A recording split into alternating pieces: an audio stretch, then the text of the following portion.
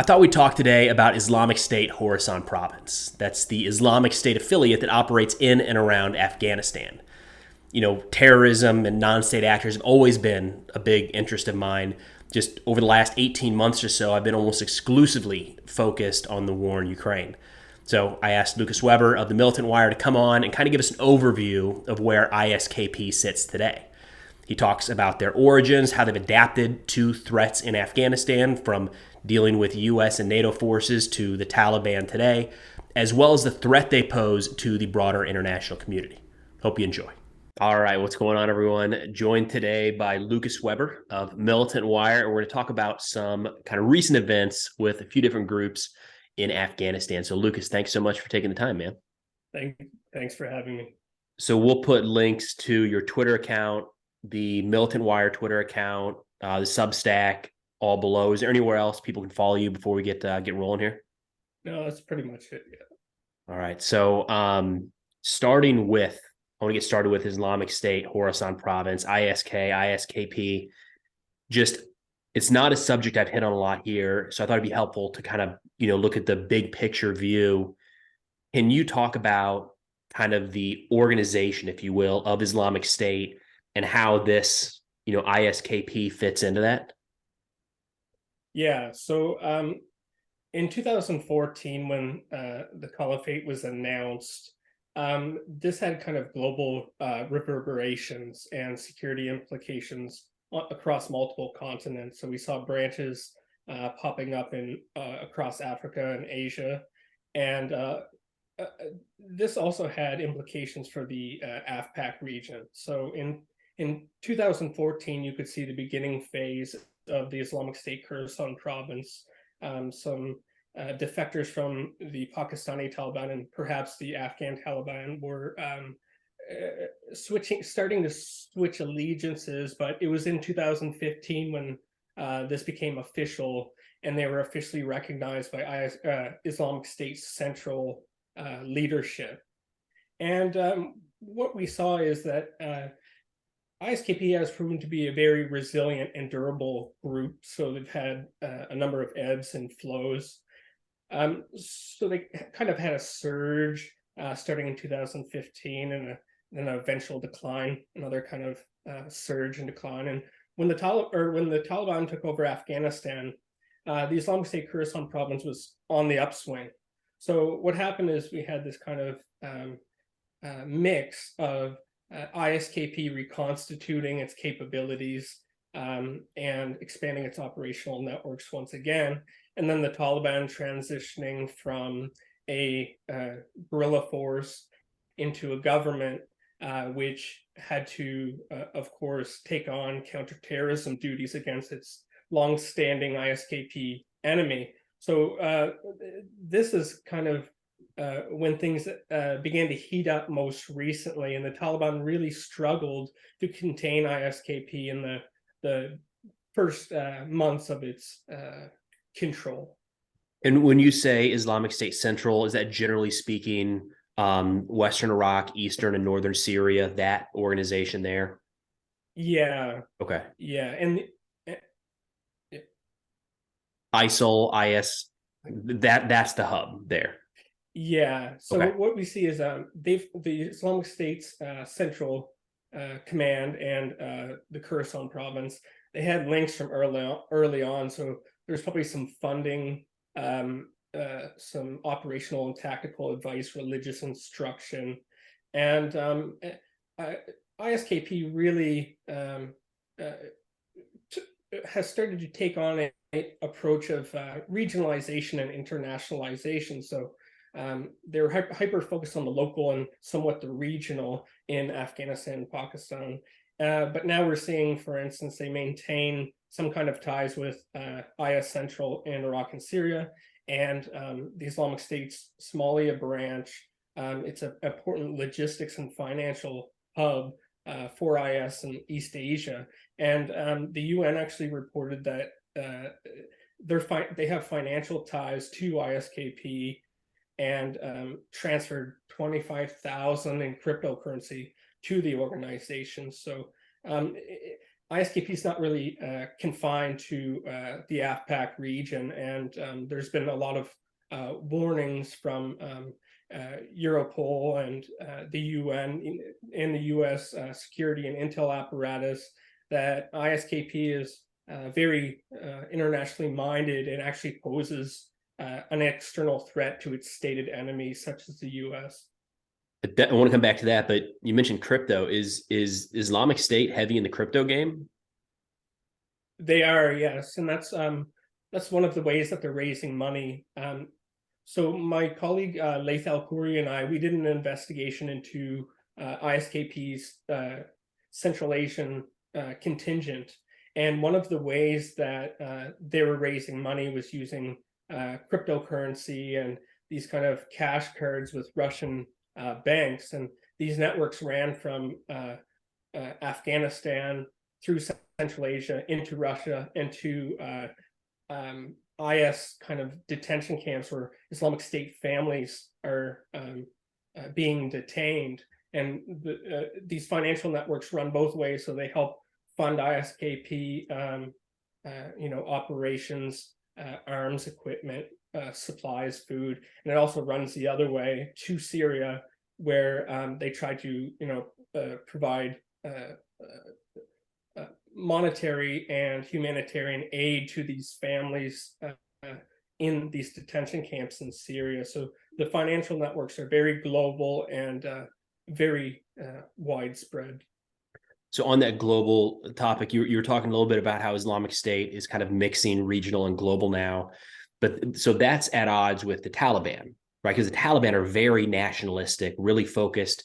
I think something that gets lost a lot, especially because we had boots on the ground for 20 years there, is people mixing up Islamic State, Taliban, and Al Qaeda. But the Taliban are really focused on Afghanistan, kind of leave us alone. They want to run their country there, their Islamic Emirate of Afghanistan. So when you say regional, it's kind of a different taste of regional than what the Taliban are trying to do. Is that accurate? Yeah, and actually one of the main lines of attack they launch on the Taliban, they portray them as a Pashtun nationalist organization, not a bona fide religious authority. This is part of their media and propaganda campaign.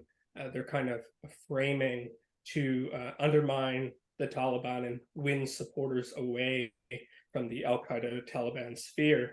And what I mean by regionalization and internationalization is, especially after the Taliban took over, ISKP increasingly looked to appeal to Central Asians, throughout South Asia. And how they did this is they expanded their media apparatus. So ISKP actually is the only IS branch that has its own sub-IS central media outlet.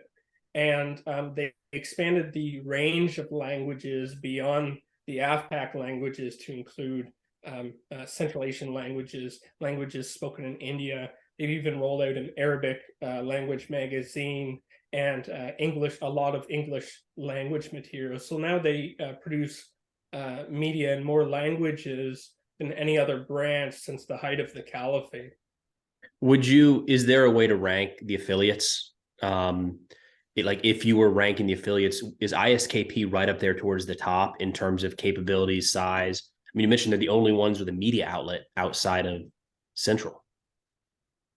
Yeah, I would say that outside of the Central, they're the top media power, and they're the most ambitious, globally minded in terms of media. And at some point, they were in, I believe it was the top 5 most dangerous ideological militant groups on the planet. But the strongest branches seem to be in Africa right now. So the Islamic State West Africa province in the Lake Chad region, the IS Sahel province. And ISKP actually is important because it's the strongest IS branch in their region, and they're able to pull off some very significant attacks, and perhaps the frequency of attacks aren't as high as they used to be, or when the Taliban took over the phase after that. But they're still able to pull off high profile attacks, which may not be large, but the kind of targets they hit they fired rockets into Uzbekistan, Tajikistan in the spring of last year. They attacked the Russian Pakistani embassy. They hit a hotel in the capital city with the explicit stated attempt or intent to target Chinese nationals. And then they hit the Taliban's foreign ministry building at a time when the international media was reporting that a Chinese delegation was set to meet Taliban representatives. So, along with their kind of um, international media mindset, they're actually also picking international targets, and this is the operational part of their regionalization and internationalization. This feels so different than Al Qaeda, and I know there's been an uptick recently of kind of closer bonds being formed between Al Qaeda and the Taliban, but Al Qaeda really uses Afghanistan as kind of an area just to lay low and get ready to stage things abroad. But Islamic State is like chomping at the bit. A hotel gets used by Chinese visitors. They're like, let's hit the hotel, maybe kill some Chinese citizens. Like it almost seems reckless in a sense. Like they're just trying to hit everybody at once. Is that accurate? Yeah, they're a very bellicose organization, and they're trying to set themselves apart from the Taliban and its allies and win over the more hardline Islamists and jihadists. So they've actually, using these methods, they've been successful in attracting defectors from Pakistani Taliban, the Afghan Taliban. They actually absorbed a significant part of the Islamic movement of Uzbekistan in 2015, and the UN reported that they actually attracted fighters from the Turkestan Islamic Party. And how this is relevant is that one of the kind of narratives that they bang on is that though the Turkestan Islamic Party, the TTP, etc., are their enemies, they do make appeals to them, and they do outreach trying to attract their fighters. So they say, essentially, the Taliban has you on a leash. So Turkestan Islamic Party, look at us. We are targeting Chinese nationals. We're issuing direct threats. We had a Uyghur suicide bomber launch a significant attack a few months back. Yet the Taliban is, relocating you away from the Chinese border. They're putting restrictions on your media output because Turkestan Islamic Party's branch in Syria continues with regular propaganda videos and photos and releases. Meanwhile, their branch in Afghanistan has essentially been muzzled. They'll have a video or two on certain important occasions, but they're essentially trying to say to the Central Asians, even to Indians, Uyghurs, come with us because we're going to take the chains off, and you'll be able to strike as you please because we are the stated enemies of these countries. And unlike the Taliban, who is pursuing cordial relations with these countries, we're attacking them. We're putting our words into action.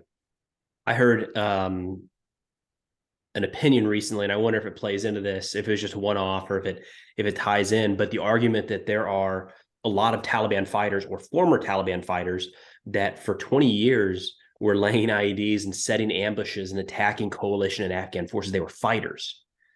And then when the Taliban took over Afghanistan, those fighters and commanders took over districts and are now police chiefs and are now in charge of civil projects, trying to keep the water running in parts of Helmand or Kandahar. And like, they didn't want that. They didn't join the Taliban to become a city administrator. They might have joined because they wanted to fight. And that's who they are. They're warriors. They're soldiers. They're not governors. So I wonder if there's some of that group, however big it might be, that joined the insurgency because they wanted to fight. And now they have another opportunity. And the way to fight now is join Islamic State.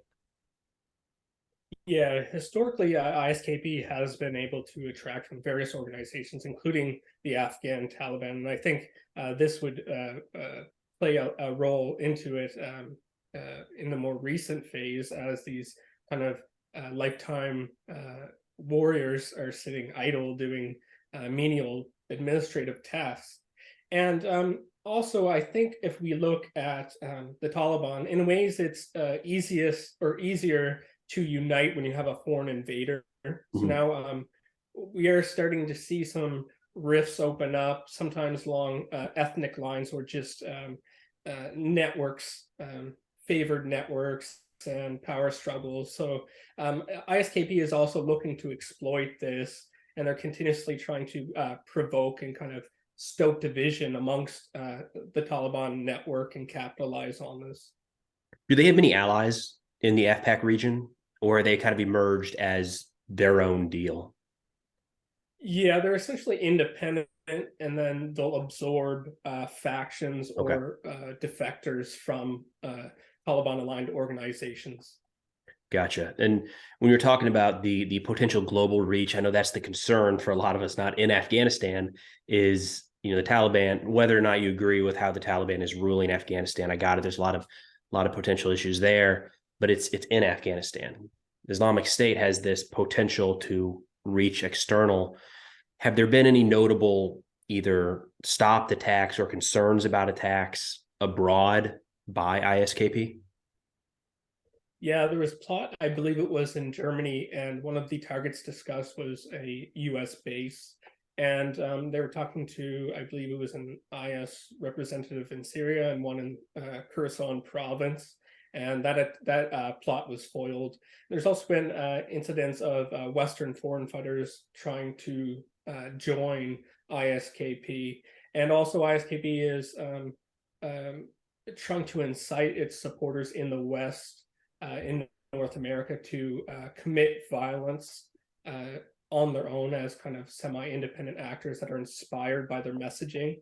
So I think the kind of the threat to the West, kind of like how they see the far enemy in this case, it will depend on their intent, their capabilities, where they want to allot the resources, and how effective the West can be in stopping these attacks. And I think there is some risk in shifting too many resources away from counter-terrorism Yep. when great power competition with Russia and China is understandably becoming the most important security issue by far. And there is a risk that perhaps some attacks, maybe significant ones, will slip through over time. I think that's an interesting point because we tend to look back on the last 22, 21 years of this, what we loosely call the global war on terror. And a lot of times it's easy to say, like, well, there weren't any spectacular attacks, the scale of 9/11 after that happened, but we can't discount the efforts that went into that, right? The amount of intelligence assets and military activity around the world and economic and political, right? There was a lot more than just troops in Afghanistan. Um, like you can't separate those out. That played a role in the lack of these major attacks. So I think it'll be interesting because you're right. What was it recently? The Pashto language was removed from, is it DLI, Defense Language Institute, that removed I it? think I think so. Yes. Like we never caught up on that one, man. We never had enough Pashto speakers. And before we even caught up with that, we're out of Afghanistan and cutting that program down. Yeah, and given historic U.S. involvement, it's kind of um, uh, uh, you know how close it is to China, and the history of international terrorist attacks coming from Afghan soil. I think it's a mistake to take too much emphasis off of its importance. I mean, we don't have to be necessarily intervening, but we should be watching closely and have people with the language skills and the knowledge and ability to collect information and listen in on communications to make sure something does not slip through, because it only takes one and it can be on a massive scale and really upset everything. Do you see the possibility of Western nations working with the Taliban to help mitigate that Islamic State threat? I think it is almost inevitable, and there are probably back channels now. Sure. For instance, we've seen it's hard to say if it's the West that's providing intel, but something has markedly changed in the Taliban's intelligence collecting, its espionage operations, and its counter-terrorism operations. So they really struggled with ISKP when they took over and they were transitioning. There was a lot of turbulence, and ISKP exploited the kind of weak governance and power vacuums and instability. And then in the last few months, the Taliban has been really decimating ISKP. They've killed a number of important high leadership figures, and it's not just them spreading propaganda, making these claims. The West is confirming some of this, and we can see it in internal ISKP chatter. So my organization, we watch these channels closely, and starting late last summer, there was really an uptick in concern within internal ISKP communications about Taliban and foreign intelligence agencies such as Iranian infiltrating their network. And one figure I was watching, for instance, he's a charismatic Tajik ideologue. I was following this channel, and he was like an administrator, and he would post on it regularly. And I looked one day, and they said he was killed, and they said that someone infiltrated their group, a Taliban spy, and located his position, and a counterterrorism raid was launched. And this led ISKP to kind of institutionalize a warning system to out sketchy accounts or accounts that have been hacked or have been acting strange or identified as hostile Taliban agents. And then we've also seen the impact of the Taliban's counterterrorism operations manifest in a market decline in ISKP's operations, their attacks, and their media output. So it's verifiable that this is taking place, although periods of ISKP silence are often ominous, and they often follow up by regrouping, reconstituting. They're very durable and launching significant attacks. So I would watch for this next. I remember a couple months ago when the announcement came out that the Taliban had killed the Islamic State member behind the Kabul airport bombing.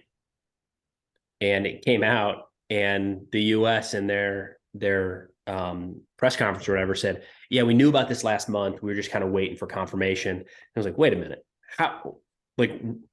How tight is that? Are those intelligence ties still? If the U.S. picked up on the death of an Islamic State leader through a Taliban raid that the Taliban didn't even say anything about for weeks after. So the idea that maybe at some level something's being shared, I think that's pretty realistic.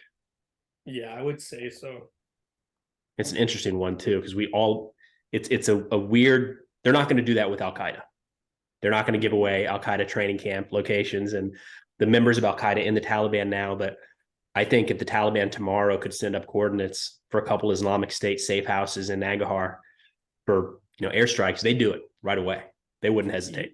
Yeah, and I think they're kind of factoring in the fact that the Taliban is trying to pursue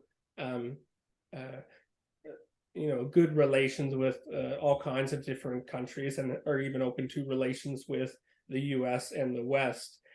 And they're facing a kind of economic crisis and humanitarian problems. So they're looking for foreign investment, foreign aid, international recognition.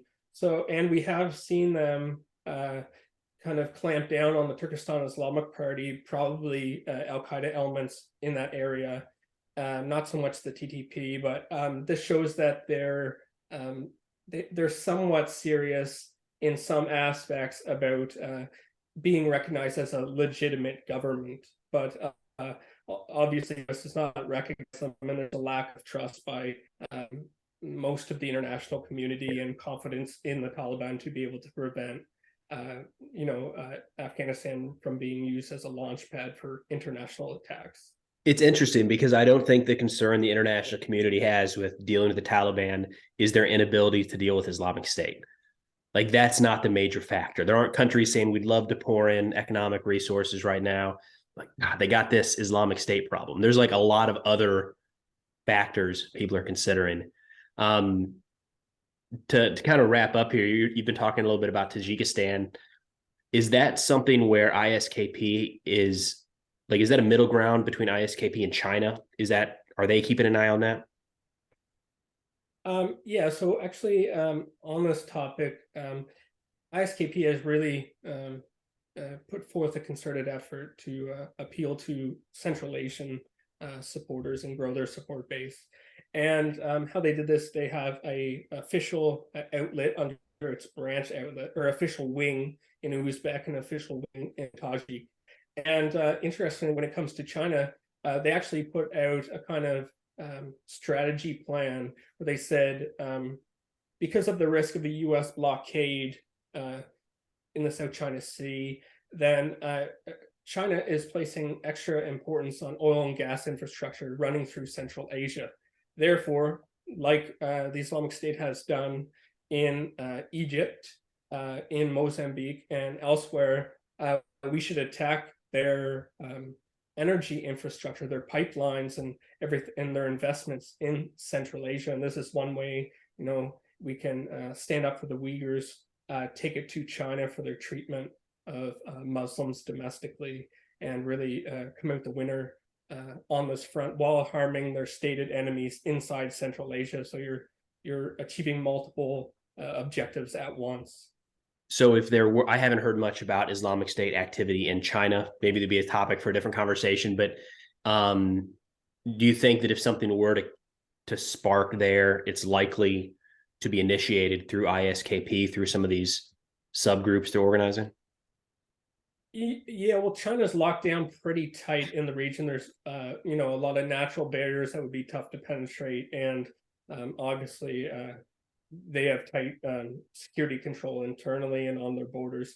But ISKP has explicitly threatened to conduct attacks inside China, and they said they're going to take the fight to Chinese cities for their treatment of the Uyghurs and their foreign policy and kind of corruption of the Pakistani government, their malign influence in Afghanistan, and Belt and Road Initiative, all kinds of foreign policy blights that they've been kind of focusing on. So I think it would be very difficult to achieve, but it's probably more likely they would target Chinese interests, continue to do so in Afghanistan. They killed 2 Chinese citizens in Pakistan in, I believe, 2017, and as the threat we just mentioned in Central Asia. So I think it's probably more likely that they'll continue targeting Chinese interests externally rather than inside China, but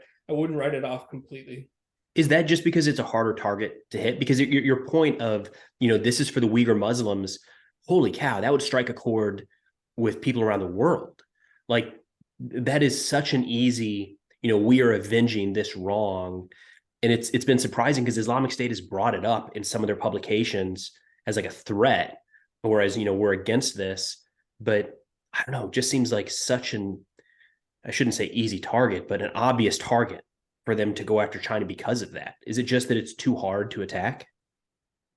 I think internally, yes, and ISKP has limited resources and operational capacity, so it just makes more sense to hit them in areas controlled by governments that lack these capacities to, secure their borders and their heartlands, things like this. So, yeah, and I also, China is a rising power, and it's becoming very dominant in the region, and we've seen ISKP kind of give some geopolitical analysis, and they're saying, we are very glad that the US and Russia and the US and China are going to destroy each other, and this is going to weaken them for when it comes time for us to fight the Chinese or the Russians and the Americans. So they're taking a long-term view, at least publicly, and they are acting, launching attacks and plots against Chinese interests. So I think this is going to be something that is going to trouble China for a very long time, because ISKP is almost a decade old, and it doesn't look to be going anywhere, despite it being degraded most recently. So Islamic State is looking for the long term, and China is always famously thinking about the long term. So maybe something will spark off there in 30 years. Who knows? Yeah. Well, Lucas, thanks so much for taking the time, man. This is something that I wish I had spent more time on over the last 5-6 years. Used to be something I was very, front and center of everything I was thinking about was Islamic State, Al Qaeda. But it's good to have a conversation, kind of digging back into that. So really appreciate your expertise here, man. Yeah, thanks a lot. And again, we'll put the link to your Twitter, that of Militant Wire, as well as the Substack to Militant Wire in the description below. Be sure to check out Lucas's work, and we'll see y'all next time.